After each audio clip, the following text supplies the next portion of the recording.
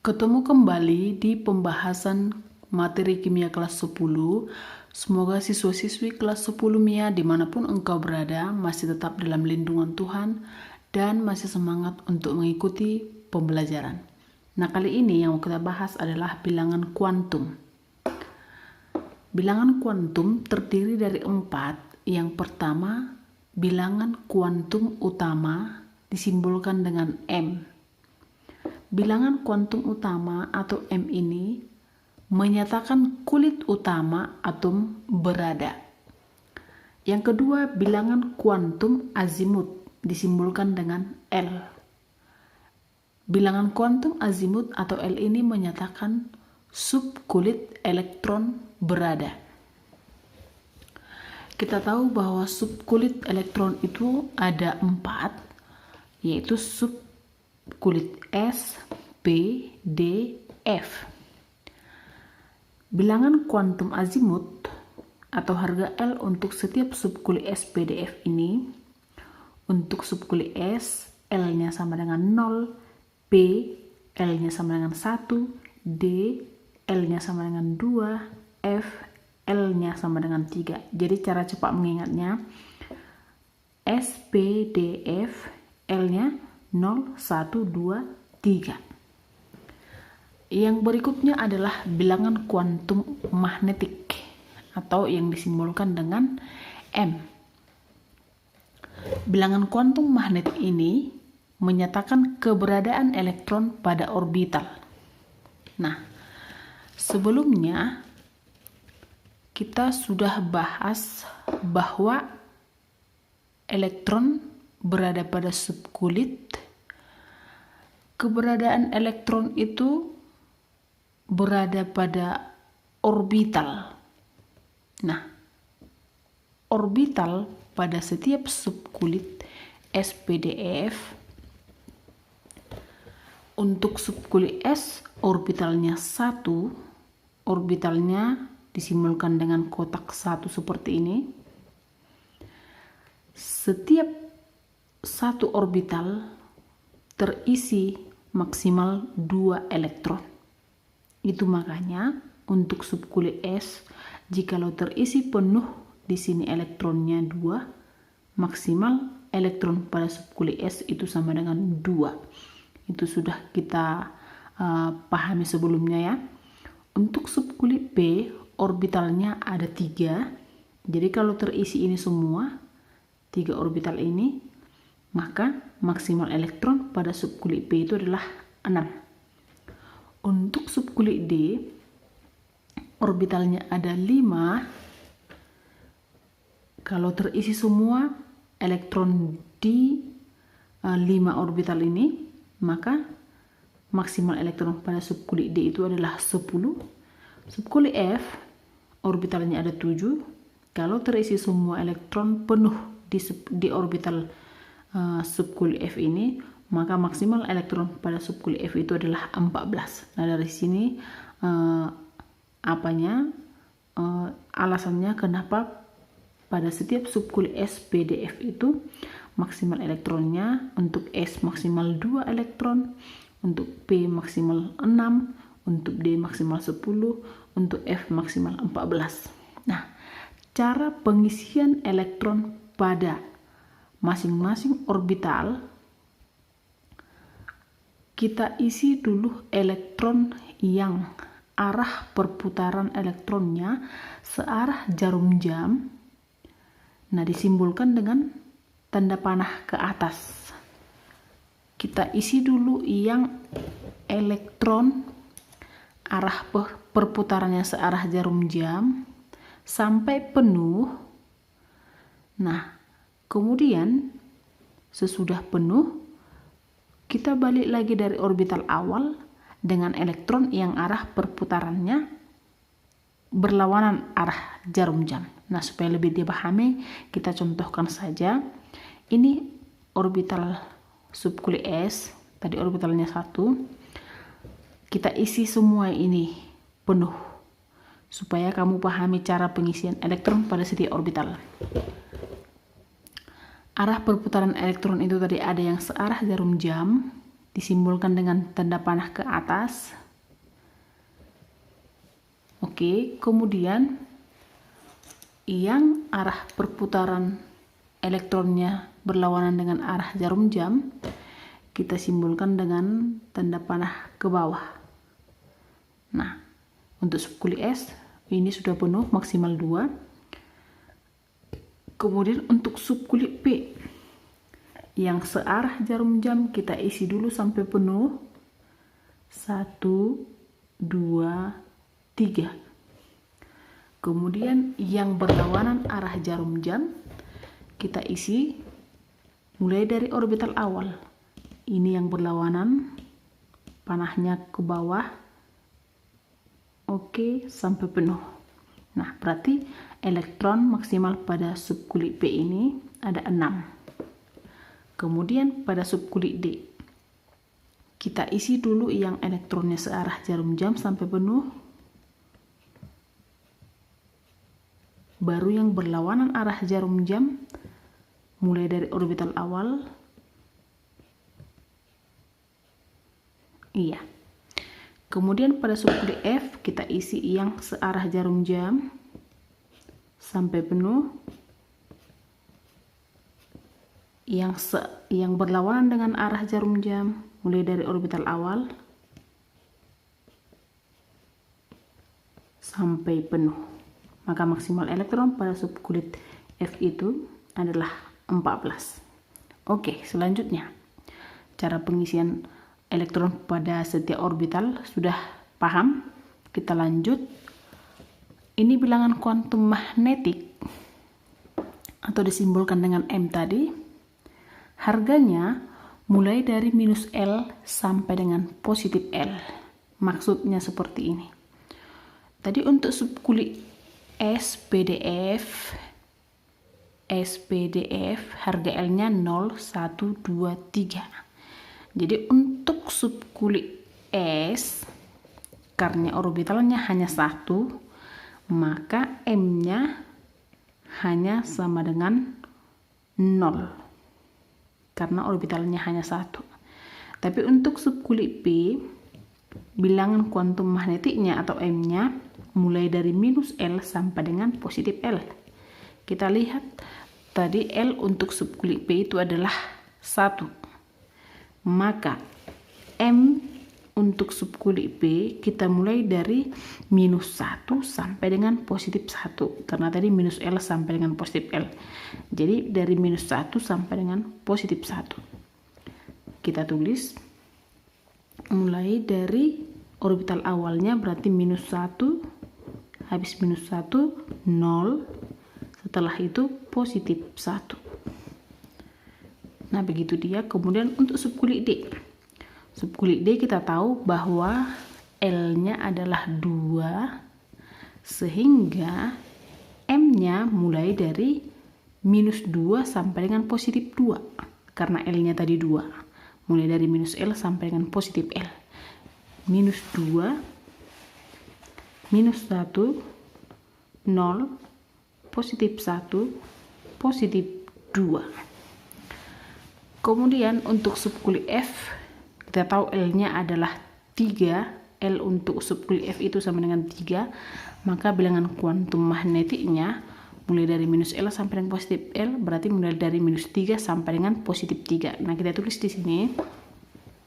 Mulai dari minus 3, minus 2, minus 1, 0. Positif 1. Positif 2, positif 3. Nah, begitu cara pengisian elektron pada setiap orbital dan cara menentukan bilangan kuantum magnetik untuk setiap orbital dari subkulit. Nah, kita lanjut bilangan kuantum. Ini tadi kita isi ya. Untuk subkuli S, bilangan kuantum magnetiknya 0. Subkuli P mulai dari minus 1 sampai dengan positif 1. Ini mulai dari minus 2 sampai dengan positif 2. Untuk subkulit F mulai dari -3 sampai dengan +3. Ya. Yang keempat, bilangan kuantum. Yang keempat itu adalah bilangan kuantum spin atau disimbolkan dengan S. Bilangan kuantum spin atau S ini menyatakan arah perputaran elektron dalam orbital. Nah, tadi sudah kita isi elektron pada setiap orbital, ada yang arah perputarannya searah jarum jam, itu disimbolkan dengan tanda panah ke atas seperti ini. Jika elektron terakhirnya nanti berakhir pada yang elektronnya arah perputarannya ke atas, tanda panah ke atas, maka S-nya sama dengan +1/2. Searah jarum jam, S-nya sama dengan +1/2. Berlawanan dengan arah jarum jam, tanda panah ke bawah seperti ini, maka S-nya sama dengan -1/2. Nah, sekarang kita masuk ke contoh soal. Tuliskan harga keempat bilangan kuantum. Tadi bilangan kuantum itu N, bilangan kuantum utama, L, bilangan kuantum azimut, M, bilangan kuantum magnetik, S, bilangan kuantum spin. Untuk unsur berikut. Nah, diketahui di sini ada 4 unsur beserta nomor atomnya masing-masing. Nah, bagaimana kita cara menentukan harga keempat bilangan kuantum N, L, M, S untuk unsur-unsur ini? Nah, caranya yang pertama, kita tuliskan dulu konfigurasi elektronnya. Untuk unsur Na, konfigurasi elektronnya adalah 1s2 sampai dengan 3s1. Kalau ini semua sudah paham menuliskan konfigurasi elektronnya ya. Nah, cara menentukan harga keempat bilangan kuantumnya, yang pertama kita lingkari dulu subkulit elektron terakhir. Berarti subkulit elektron terakhirnya di sini adalah 3s1. 3s1. Nah, berapa harga bilangan kuantum utamanya atau N-nya? Nah, di sini 3s1, 3 ini menyatakan nomor kulit, maka N-nya sama dengan 3. Nah, bilangan kuantum selanjutnya adalah L. L, bilangan kuantum L, sebelumnya sudah saya buat cara cepat mengingatnya. Subkulit S, L-nya sama dengan 0. Subkulit P, L-nya sama dengan 1. D, L-nya sama dengan 2. F, L-nya sama dengan 3. Nah, jadi ini subkulit S. Maka L-nya sama dengan 3. Kita tulis di sini L-nya sama dengan 3. Lanjut. Bilangan kuantum magnetik atau M.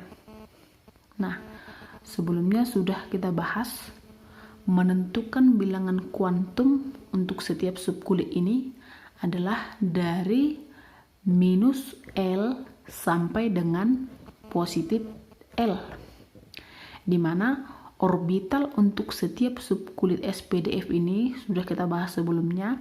Orbital untuk subkulit S 1, P orbitalnya 3, D orbitalnya 5, F orbitalnya 14. Kita gambar. Ini 3s1 subkulit S berarti orbitalnya adalah 1. Kita gambar orbitalnya 1. Oke. Karena hanya 1 orbital untuk subkulit S di sini, maka harga M-nya adalah 0. Nah, kita isikan berapa elektron yang berada pada subkulit 3s1 ini. Elektronnya adalah 1. Berarti karena hanya 1, arah perputarannya ke atas. Karena mengisi elektron itu pertama-tama diisi dulu dengan elektron yang searah jarum jam. Berarti yang satu ini langsung searah jarum jam. Nah, elektron terakhir ini yang satu ini berada pada M sama dengan 0, sedangkan S-nya sama dengan, S ini tadi adalah bilangan kuantum spin, arah perputaran elektron. Kalau searah jarum jam ditandai dengan tanda arah panah ke atas seperti ini, berarti positif setengah.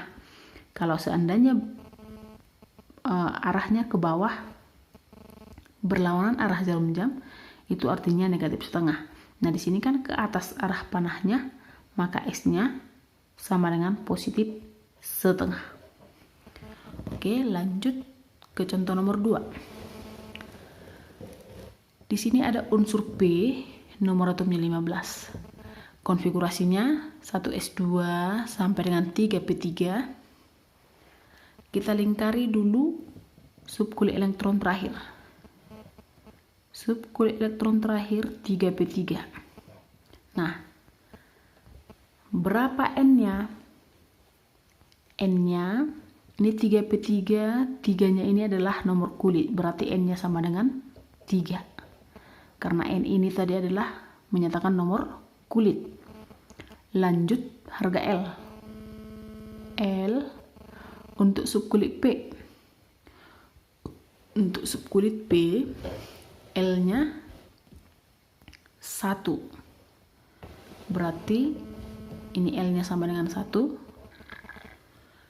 Kemudian berapa M-nya? Nah, kita gambar dulu orbital subkulit P. Orbital subkulit P itu adalah sebanyak 3. S tadi 1 orbitalnya ya, untuk P 3. 1, 2, 3 orbitalnya. Berapa elektronnya di sini? Ada 3. Kita isikan ke orbitalnya. Pertama, yang arah perputaran elektronnya searah jarum jam, tanda panah ke atas sampai penuh dulu. Nah, karena hanya 3 berarti sampai di sini. Inilah elektron terakhirnya. Nah, harga M itu kita ketahui dari negatif L sampai dengan positif L. L-nya kan 1. Maka M-nya mulai dari negatif 1 sampai dengan positif 1. Kita isi di sini negatif 1. Habis negatif 1 berarti 0. Kemudian positif 1. Nah, di sini elektron terakhirnya ini. Kita mengacu pada elektron terakhir, posisi elektron terakhir. Posisinya ada di M sama dengan positif 1, maka kita tulis di sini M-nya sama dengan positif 1. Nah, bagaimana untuk S-nya? S-nya ini arah perputaran elektronnya ke atas arah jarum jam. Ini elektron terakhir juga acuannya, karena searah dengan arah jarum jam atau posisinya ke atas seperti ini, maka S-nya sama dengan positif setengah. Oke, lanjut soal nomor 3. Ca nomor atom 20. Ini konfigurasinya. Kita lingkari dulu subkulit elektron terakhir 4s2. Nah, berapa N-nya? 4s2. Ini 4-nya adalah nomor kulit, berarti N-nya sama dengan 4. L berarti sama dengan 0 ya. SPDF 0123. S berarti L-nya sama dengan 0. M-nya berapa? Kita gambar dulu subkulit S, orbitalnya ada hanya 1. Iya. Elektronnya berapa? 2. Yang searah jarum jam 1, satunya lagi yang berlawanan dengan arah jarum jam. Nah, ini elektron terakhir ini acuan kita untuk menentukan harga M dengan S. Nah, kebetulan S orbitalnya hanya 1, maka M-nya langsung 0. Berarti M-nya di sini 0. S-nya ini elektron terakhirnya arah perputaran elektronnya, arah panahnya ke bawah, berlawanan arah jarum jam ya. Berarti S-nya sama dengan negatif setengah. Oke, lanjut nomor 4.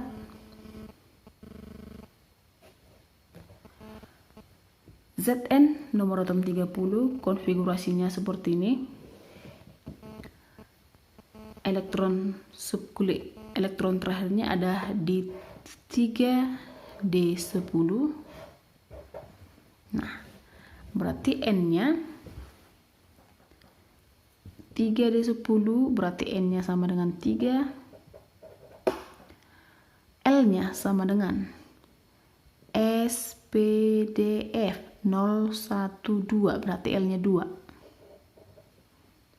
ya. M tergantung keberadaan elektron terakhirnya. Nah, kita gambar dulu orbitalnya. Untuk D, orbitalnya kan 7. 5 ya, 5. Untuk subkulit D 5. 1, 2, 3, 4, 5. Oke. Di sini elektronnya ada 10. Nah, kita isi dulu yang searah jarum jam sampai penuh. 1, 2, 3, 4, 5. Yang berlawanan arah jarum jam, kita mulai dari orbital awal lagi. Ini tadi kan 25, 6, 7, 8, 9, 10. Nah, ini yang elektron terakhirnya posisinya ke bawah ini acuan kita untuk menentukan M dan S. Nah, harga M kita mulai dari negatif L sampai dengan positif L. L-nya kan 2. Berarti M-nya mulai dari negatif 2, negatif 1, 0, positif 1, positif 2. Maka M-nya berada pada ini elektron terakhirnya ini, acuan kita menentukan M-nya berada pada M sama dengan positif 2, sehingga M-nya sama dengan positif 2 di sini. S-nya ini posisi elektron terakhirnya ke bawah, posisinya arah panahnya ke bawah, berarti S-nya sama dengan negatif setengah. Oke.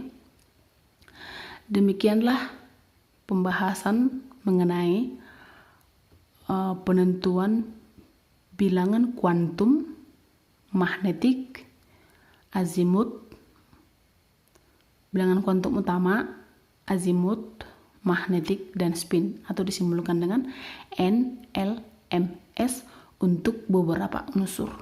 Nah, mudah-mudahan video ini bisa membantu pemahaman siswa-siswi kelas 10 MIA dimanapun engkau berada dalam memahami bilangan kuantum.